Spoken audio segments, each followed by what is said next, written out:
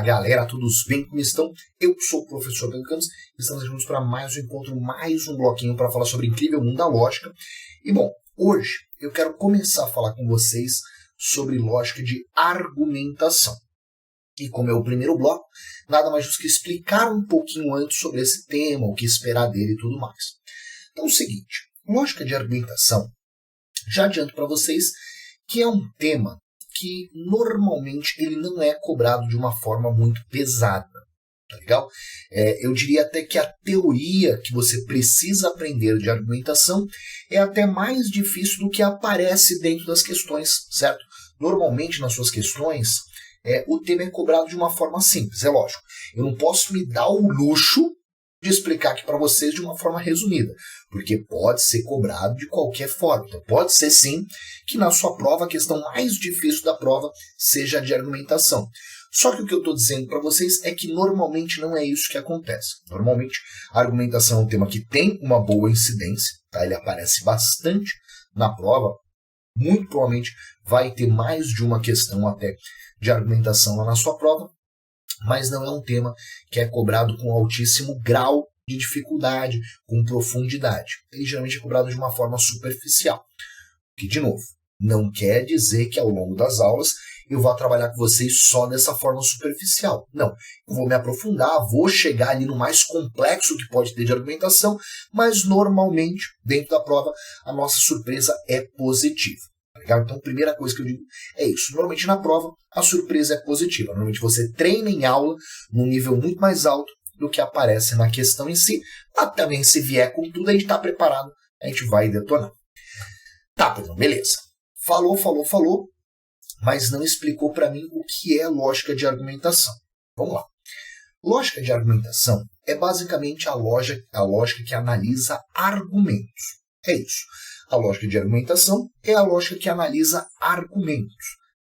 Tá, Pedro, só que aí você não ajudou. Concordo, porque falta a gente entender o que é um argumento. E argumento é um conjunto de coisas. Argumento vai ser basicamente um conjunto de premissas seguidas por uma conclusão. É isso, esse conjuntinho de coisas é o que a gente chama de argumento.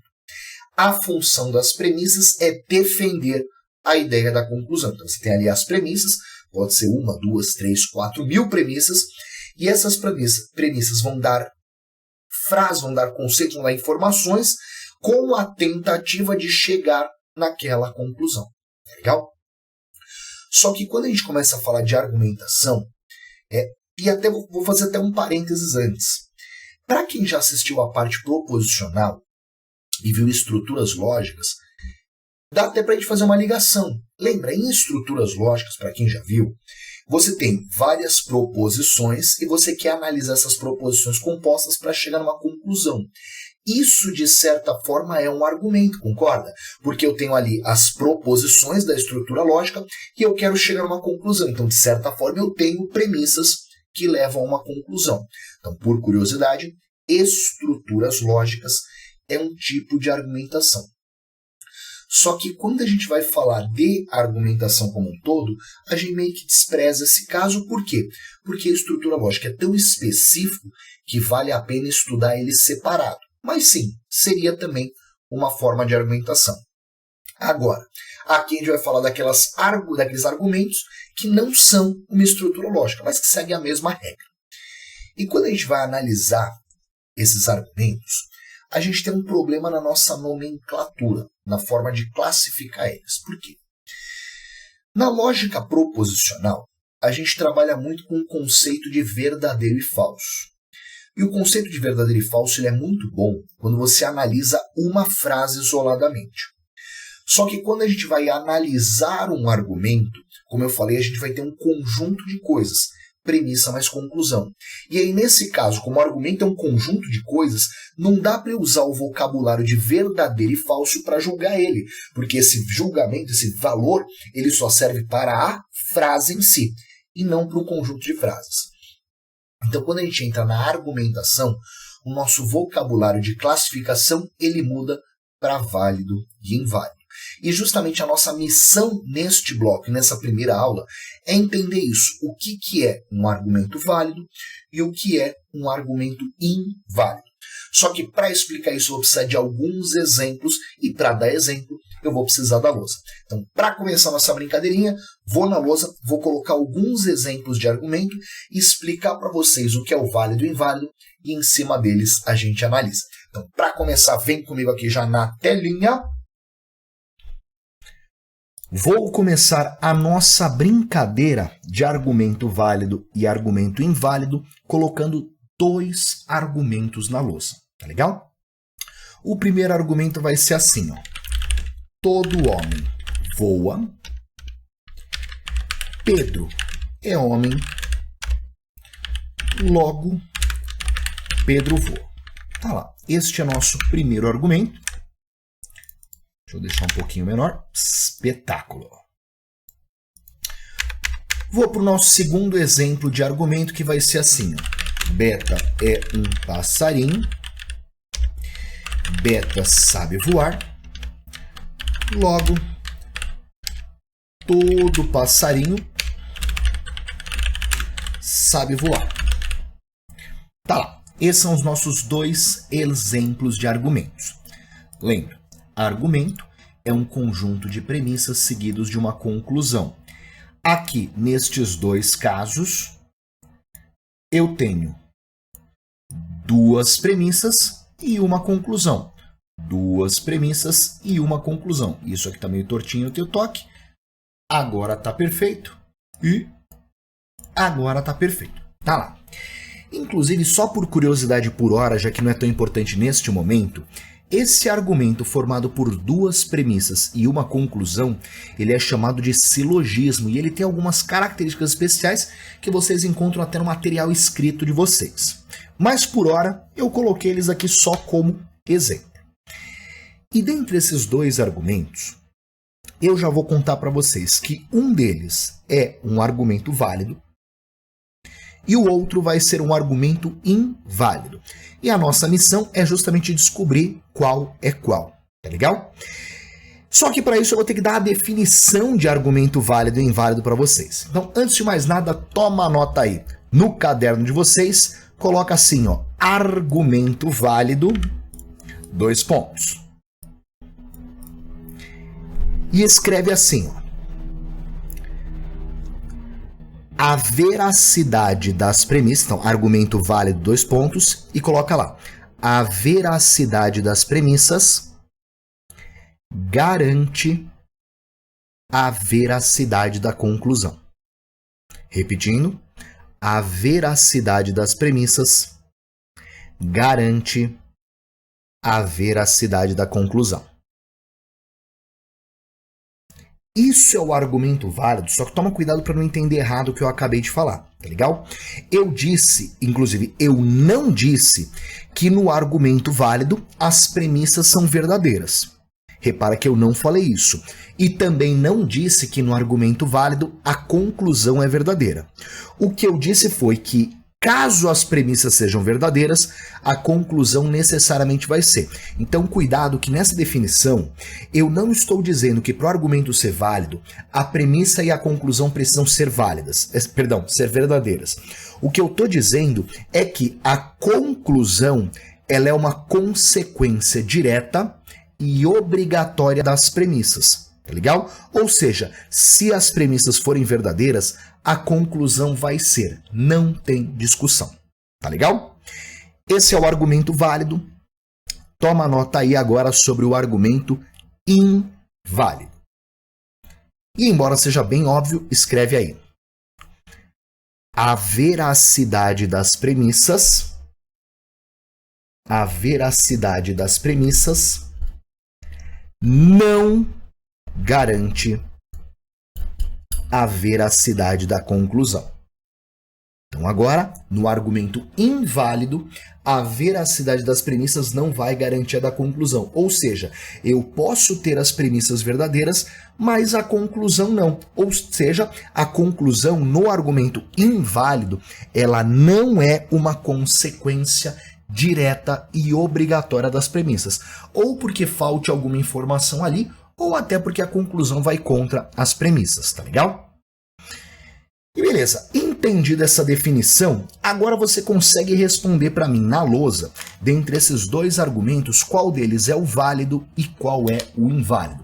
E aí que eu pergunto, Sala, desses dois argumentos, qual deles é o argumento válido? O primeiro, concorda? Esse aqui é nosso argumento válido. E aí o cara vira e fala, Pedrão, peraí. Como assim, irmão? Agora você quer me dizer que você voa? Velho. Não, inclusive hoje peguei um trânsito lascado. Se eu voasse seria tudo muito diferente que isso. Mas por que esse argumento é válido? Presta atenção. Realmente eu não vou. Então essa conclusão, ela é falsa. Mas essa conclusão, ela só é falsa porque a primeira premissa que falava todo homem voa, ela também é falsa. Agora, vamos pensar que as premissas são verdadeiras. Se as duas premissas fossem verdadeiras, se todo homem pudesse voar e Pedro é um homem, concorda que com certeza, por ser um homem, ele poderia voar? Ou seja, essa conclusão é uma consequência direta e obrigatória das premissas, tá legal? Esse argumento ele é válido. Pedrão, mesmo na vida real? Sim, mesmo na vida real, esse argumento é válido. Tá, mas a conclusão é falsa. E, de novo, a conclusão ela só é falsa porque eu tenho uma premissa falsa. Se eu não tivesse premissas falsas, aí essa conclusão necessariamente seria verdadeira. Tranquilo? Inclusive, por curiosidade, esse argumento aqui eu, entre algumas aspas, plagiei do próprio Aristóteles, cara. Aristóteles, num livro dele, ele escreveu o seguinte exemplo de argumento. Todo homem é mortal, Pedro é homem, logo Pedro é mortal. Esse era um exemplo que ele mesmo deu de argumento válido. Eu só troquei o mortal por voa porque fica bem mais interessante, tá legal? E eu vou até fazer uma observação para não dizer que Pedrão não é cultura. Olha que coisa louca. Se você procurar a origem do nome Pedro, eu sei, é o meu nome, você vai encontrar que o nome Pedro ele é de origem bíblica. Só que temos um problema aí, já que Aristóteles, 300 anos antes de Cristo, ele escreveu Pedro num livro dele. Ou seja, a origem do nome Pedro ela é anterior à Bíblia, ela não é bíblica. O que acontece é que na época da Inquisição, muitos livros e registros foram queimados e aí muita coisa se perdeu. Então muito do que a gente tem como bíblico é porque os registros anteriores foram queimados e aí você atribui que a origem é bíblica. Mas não, Aristóteles já usou o nome Pedro num livro muito tempo antes de Cristo. Ou seja, imagino que desde aquela época Pedro já era nome comum. Todo mundo chamava Pedro. Mas enfim, eu gosto do meu nome. Agora, eu disse para vocês que dentre esses dois argumentos, um seria válido e o outro seria inválido. E se o primeiro é o argumento válido, o segundo, então, só pode ser inválido. E mais uma vez o herói vira e fala, Pedrão, peraí. Se o segundo argumento é inválido, diz pra mim qual é o passarinho que não sabe voar. E bicho, eu sinceramente acho que todo passarinho sabe voar, tá legal? Eu não sou um especialista, não posso garantir, mas meu palpite é que sim. Todo passarinho sabe voar. E se você está pensando em ema e avestruz, vamos lembrar que eles são aves, não passarinhos. Mas enfim, eu até acho que essa conclusão ela é verdadeira. E as duas premissas eu também te garanto que são verdadeiras. Existe sim um passarinho que se chama Beta e este passarinho sabe voar. Agora, não basta as premissas e a conclusão serem verdadeiras para o argumento ser válido. Lembra o que eu disse, no argumento válido, a conclusão ela é uma consequência direta e obrigatória das nossas premissas.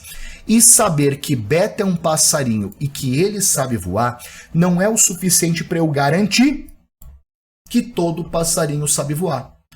Ah, Pedrão, mas também não dá para dizer que não é. E Sala, o pode ser não interessa na lógica. Olha a descrição. Argumento válido, a veracidade das premissas garante a veracidade da conclusão. E essas premissas não garantem que a conclusão é verdadeira. Tanto que eu te dou um contra-exemplo. Pedro é homem, Pedro é careca. Logo, todo homem é careca? Não, concorda? Só os mais charmosos e bonitões. Então, cuidado, que se você trocou as letras, as palavras, por outra palavra e deu errado, é porque o argumento em si não era válido, já que a validade do argumento, ela depende da estrutura do que foi escrito, e não necessariamente o que está escrito ali. Tranquilo, Salah? Crises?